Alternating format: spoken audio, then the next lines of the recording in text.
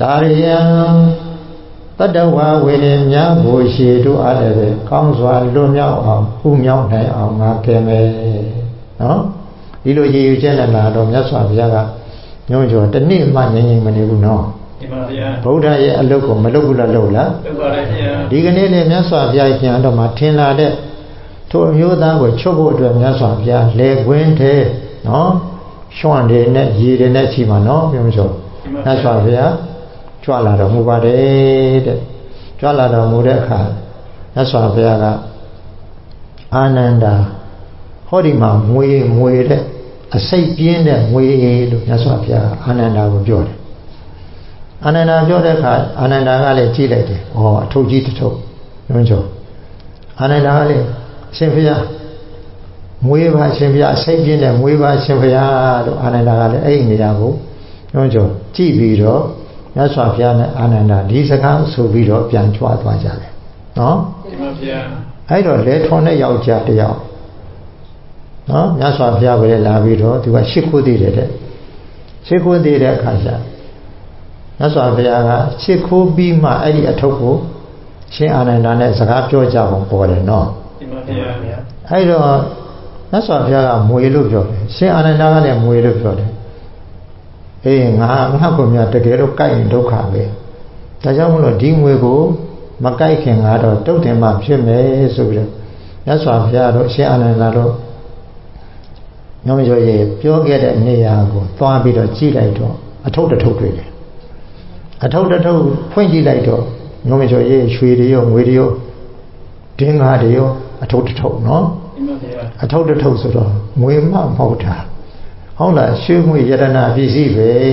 ဆိုပြီးတော့ညောင်ကျော်ဘာလို့မမှန်လဲယူထားပါမယ်ညောင်ကျော်ဘာလို့မမှန်လဲယူထားပါမယ်ညောင်ကျော်ဆိုဘာလို့လဲယူထားပါယူထားပါနော်အခုလည်းယူထားတယ်သူလေယူထားပြီးတော့သူကအသားလေးပြေးသွားတာလည်းမဟုတ်ဘူးအဲ့ဒီရွှေထုတ်ကိုညွှန်းကျော်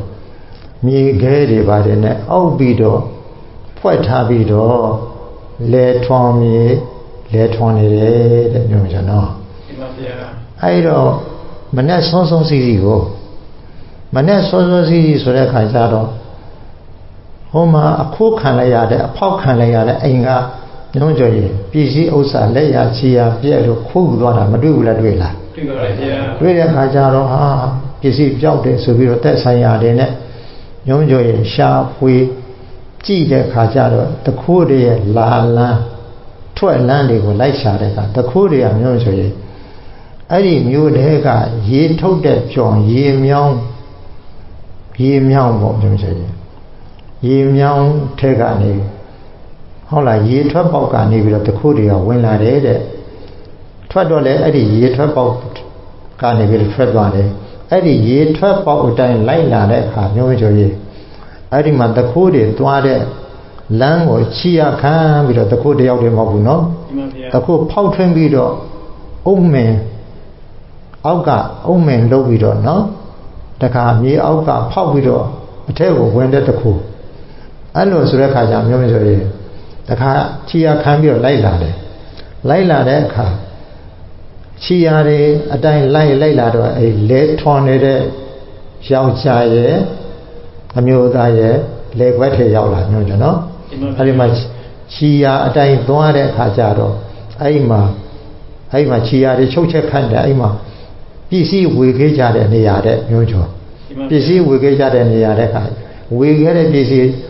ခြားတွေကတခိုးတယောက်ကပါလေအဲ့ဒီပစ္စည်းကိုသတ်ထုတ်ပြီးတော့တယောက်တည်းယူမလို့ဟုတ်လားတတ်ဖွဲ့တဲ့ဥစ္စာကို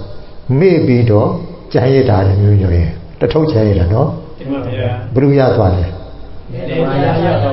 မျိုးမင်းကြော်များလို့ဟုတ်လားမျိုးမင်းကြော်တော့မဟုတ်ပါဘူးနော်အဲ့ဒါလေသမားရသွားပြီရသွားတော့ကဲရှာတော့မတွေ့ဘူးလားတွေ့ပါလေဗျာတွေ့တော့မျိုးကျော်လေသမားကိုမင်းတခုမုံလားမင်းတခုခိုးပြီးတော့မင်းလေထွန်တဲ့ဟာဆောင်းနေတာမင်းတခုပဲဟုတ်လားမင်းလည်းပဲဓမ္မကိုဟုတ်လားဖုံးထားတာတွေ့တယ်ဆိုသူ့မဖမ်းဘူးလားဖမ်းပါဗျာဖမ်းဆိုဘယင်ကောသလစီဖမ်းပြီးတော့ခေါ်ယူသွားတာမျိုးကျော်နော်ဒီမှာဗျာ ဘယင်ကောသလစီခေါ်ယူသွားတဲ့ခါကျတော့ဘယင်ကောသလကလည်းဟုတ်လားအထုပ်အထည်တခါတည်းလက်ပူးလက်ချက်မိသလိုဖြစ်တဲ့ခါကျတော့အဲ့ကောင်သေးစေသေးတန်းထားတယ်ပေါ့ဟုတ်လားအသေးသတ်စေလို့အမိန့်တော်ချမှတ်လိုက်တယ်မျိုးကြောင့်နော်ကဲမျိုးကြောင့်ဘာဖြစ်လဲငွေကြိုက်ပြီမျိုးကြောင့်ဘာဖြစ်တာလဲငွေကြိုက်တာပါဗျာငွေကြိုက်ပြီမျိုးကြောင့်သတိထားနော်တင်ပါဗျာငွေကြိုက်တယ်ဆိုတာတော်တော်ဆိုးတာပဲနော်တင်ပါဗျာမျိုးကြောင့်ငွေကြိုက်တယ်ဆိုတာမြင်ဘူးတယ်မဟုတ်လားမြင်ဘူးပါတယ်ဗျာကြားမကြားဘူးလားကြားဘူးပါတယ်ဗျာအရင်တလောကမျိုးကြောင့်ကြားလိုက်တယ်မဟုတ်လားမြဝတီမှာငွေတိုက်တိုက်လေမြဝတီဘက်မှာဟုတ်လားတင်ပါဗျာငွေတိုက်တိုက်နေတာမဟုတ်ဘူးအကြိုက်ခံရတာဟုတ်လားမျိုးကြောင့်ကြောက်စရာမကောင်းဘူးလားကောင်းပါလေဗျာငွေတိုက်တယ်ဟုတ်လားငွေတွေကြောက်ဖို့ကောင်းနော်တင်ပါဗျာဒါကြောင့်မလို့ဘုရားရှင်ကိုရောမြတ်ကြီးကဘာဟောလဲသမ္မာတိရူပမကာမသမ္မာတိရူပမကာမဘဟုဒုက္ခဘဟုယတာဘဟုပါယတာအာဒီနဝအိဋ္ဌဖေယော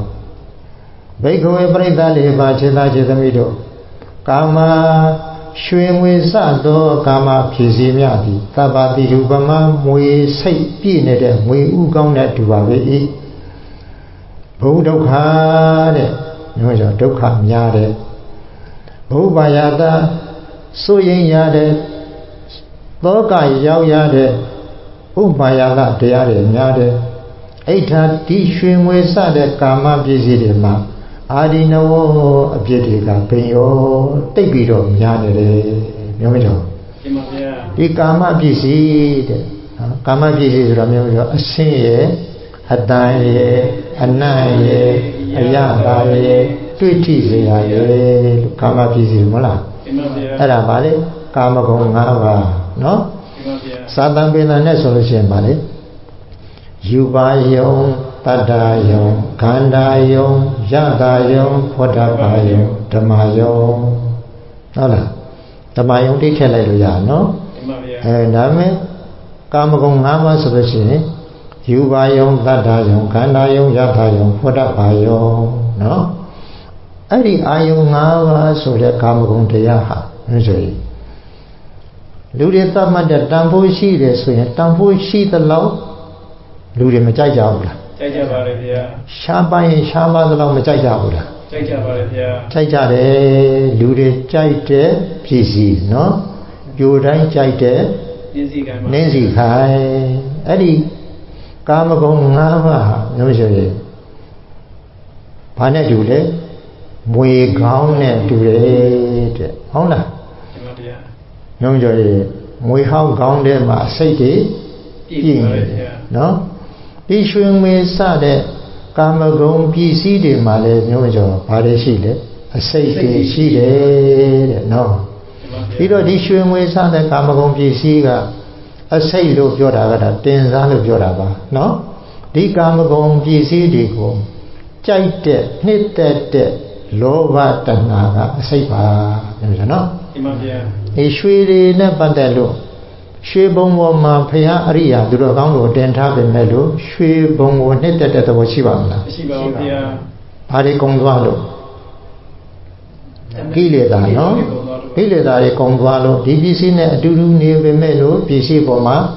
မဲမောမှုတွေ့တာမှုတာယာမှုနှစ်သက်မှုမရှိတော့ဘူးနော်